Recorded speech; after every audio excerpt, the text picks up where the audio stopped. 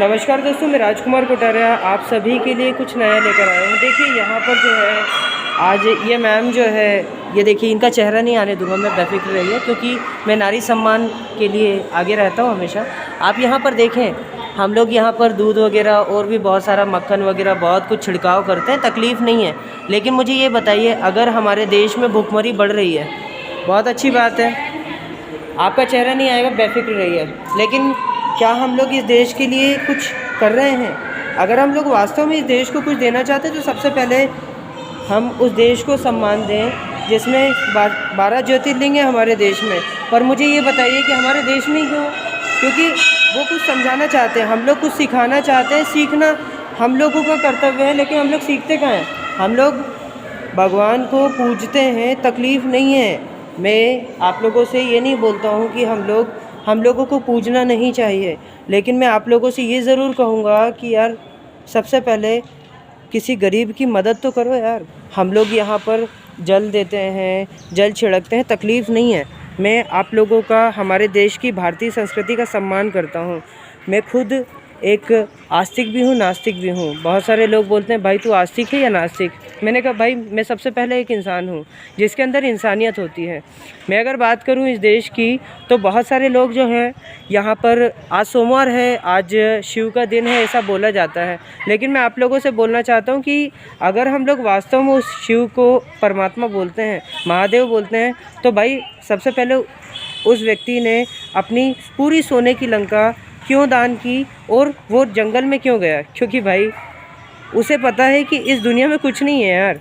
हम बिना कपड़े के आए थे और बिना कपड़े के ही जाएंगे। मतलब मरने के बाद भी हम लोग किसी भी चीज़ को अपने साथ नहीं ले जाते हैं, तो हम लोग क्यों रुके हुए हैं? भाई मुझे ये बताइए, मैं मंदिर नहीं आना चाहता था, लेकिन फिर भी मैं मंदिर तक आया क्योंकि मैं यहाँ के लोगों को ये सिखाना चाहता हूँ कि भाई सबसे पहली चीज़ आप लोग पूजा करते हैं शिव की, मुझे तकलीफ़ नहीं है, लेकिन मैं आप लोगों से बोलना चाहता हूँ कि भाई उस शिव को क्या इतने सारे दूध की ज़रूरत है? हम लोग चाहें तो एक मुट्ठी, मतलब एक बूंद दूध में भी हम खुश कर सकते हैं उस शिव को, लेकिन हम लोग उसके वहाँ पर बहुत सारा दूध छिड़कते हैं। अभी फ़िलहाल जो है एक साइंटिफिक तरीका बता रहा हूँ, एक साइंटिफिक रीज़न बता रहा हूँ। अभी यहाँ पर जो महाकालेश्वर है, महाकालेश्वर में शिव के ऊपर दूध वगैरह छिड़कने के लिए क्यों मना किया गया? क्योंकि वहाँ पर जो है हमारे दूध वगैरह के छिड़कने से उसमें जो लैक्टिक अम्ल होता है और जो दूसरे अम्ल होते हैं, उसकी वजह से वो शिवलिंग को तकलीफ़ हो रही है। मतलब वहाँ पर भगवान भी मना कर रहा है भाई कि यार मुझे दूध की ज़रूरत नहीं है, मैं नशीला हूँ, लेकिन मैं नशा नहीं करता हूँ उन चीज़ों का जो हमारे देश को और उन गरीबों को तकलीफ़ देते हैं, जो हमारे देश को बर्बादी की ओर ले जाते हैं। मुझे दोस्त ये बताइए कि अगर हमारे देश में भुखमरी बढ़ती है तो उसका ज़िम्मेदार कौन है? हम लोगों की मानसिकता या हम लोग? सबसे पहली चीज़ हम लोगों की मानसिकता। अगर हम शरीर से स्वस्थ हैं लेकिन दिमाग से अस्वस्थ हैं तो मज़ा नहीं आना। अगर हम लोग पढ़े लिखे हैं लेकिन अगर हम लोगों के अंदर हमारे देश को सम्मान देने के लिए, जय हिंद कहने के लिए समय नहीं है, तो हम लोग पढ़े लिखे होकर भी अनपढ़ हैं। अगर हम लोग वास्तव में उस देश को सम्मान देना जानते हैं जिस देश में हम पैदा हुए हैं, उन माता पिता को सम्मान देना जानते हैं जिनके लिए हम पैदा हुए हैं, तो हम काम के हैं यार। नहीं तो हमारा शरीर भी किसी काम का नहीं है।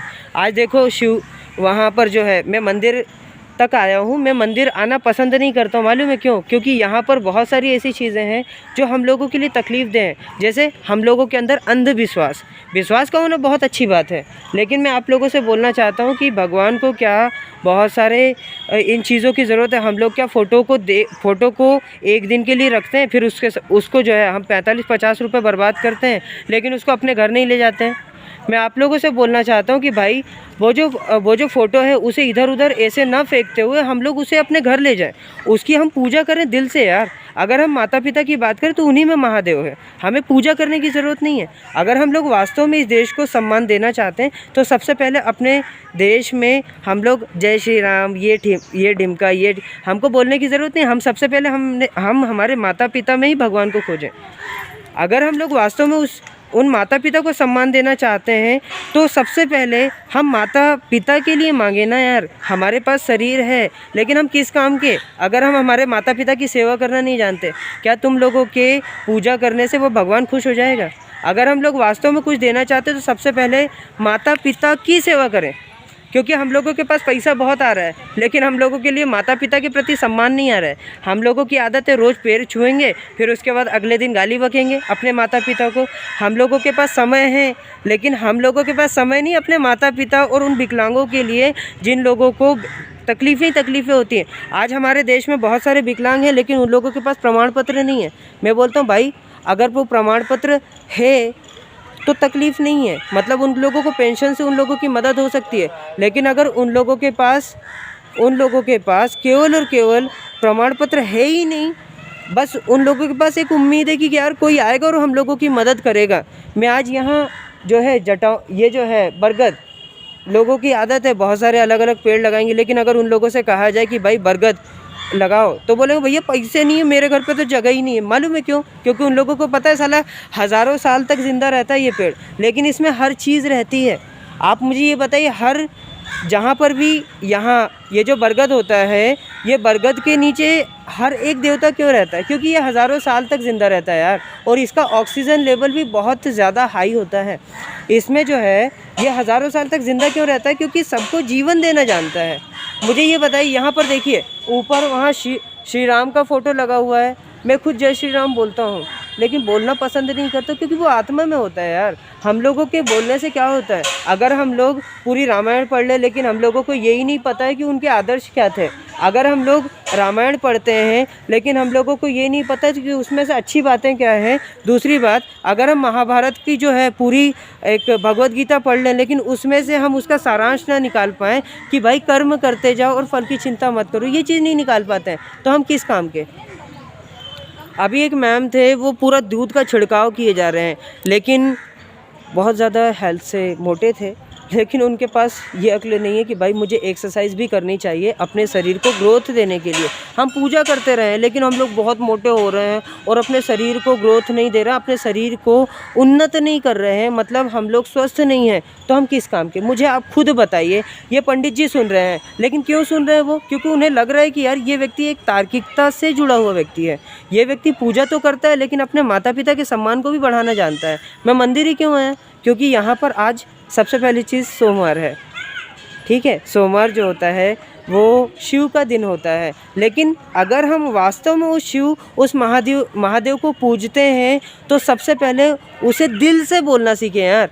हम लोगों की आदत क्या है? हम लोग अगरबत्ती लगा रहे हैं, लेकिन अंदर से पता नहीं कहाँ का सोचते हैं। हम लोग हनुमान चालीसा पढ़ते हैं, लेकिन हम लोगों को याद हमारी गर्लफ्रेंड आती है। अरे मेरे भाई, जब तुम ईश्वर को अगर वास्तव में पूजना जानते हो, तो सबसे पहले उस ईश्वर को ही पूजो ना, उस ईश्वर को सम्मान देने के लिए आगे आओ। अगर हम लोग ऐसा नहीं करते तो तकलीफ़ें हम लोगों के लिए, अगर हम लोग ऐसा नहीं करते हैं तो मज़ा नहीं आना। अगर हम लोग वास्तव में इस देश को कुछ देना चाहते हैं, तो सबसे पहले अपने माता पिता को सम्मान देना सीखें।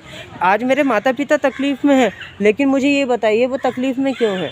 क्योंकि भाई पूरी दुनिया चाहती है कि ये बंदा आगे बढ़े, वो प्रकृति भी चाहती है कि इस व्यक्ति की प्रकृति में कभी सुधार ना हो, ये देश को और अपने माता पिता के सम्मान को हमेशा बढ़ाए। मालूम है क्यों? क्योंकि यार हर चीज़ चाहती है भाई। आज मेरे साथ लॉ ऑफ अट्रैक्शन काम करता है। मालूम है क्यों? क्योंकि मैं देश को नहीं, हर चीज़ को आगे बढ़ाना चाहता हूँ। मैं अकेला आगे नहीं बढ़ना चाहता। क्यों? क्योंकि मेरे अंदर वो चीज़ है ना यार, दूसरों को देना। अगर मैं कमा भी लूँ, लेकिन अगर किसी गरीब की मदद ना कर पाऊँ, तो मैं किस काम का यार? मुझे ये बताइए।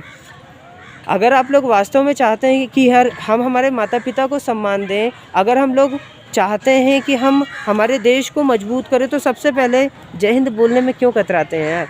हम लोग 52 सेकंड के उस राष्ट्रगान को, उस राष्ट्रगीत को समय क्यों नहीं देते हैं सावधान मुद्रा में खड़े होकर, जिसके लिए हम जय हिंद बोलते हैं? हमारे देश के तिरंगा को सम्मान क्यों नहीं देते हैं? क्योंकि कई बार ऐसा होता है कि उसे झुकता हुआ हम देखते हैं, हम लोग खुद कई बार झुकता हुआ देखते हैं, लेकिन हम लोग कभी उसे सीधा नहीं करते हैं। मैं आप लोगों से बोलना चाहता हूँ यार, अगर आपको कहीं पर भी दिखता है तिरंगा झुका हुआ, तो दोस्त उसको हमेशा उठाओ और सीधा खड़ा करें, क्योंकि उसके सीधा खड़ा करने से हमारे देश का सम्मान बढ़ेगा, ना कि झुकेगा। अगर आपको लगता है कि मेरे विचार अच्छे हैं, तो चैनल को सब्सक्राइब कर सकते हैं, लाइक कर सकते हैं, कमेंट कर सकते हैं, और कमेंट में जय हिंद लिखना ना भूलें।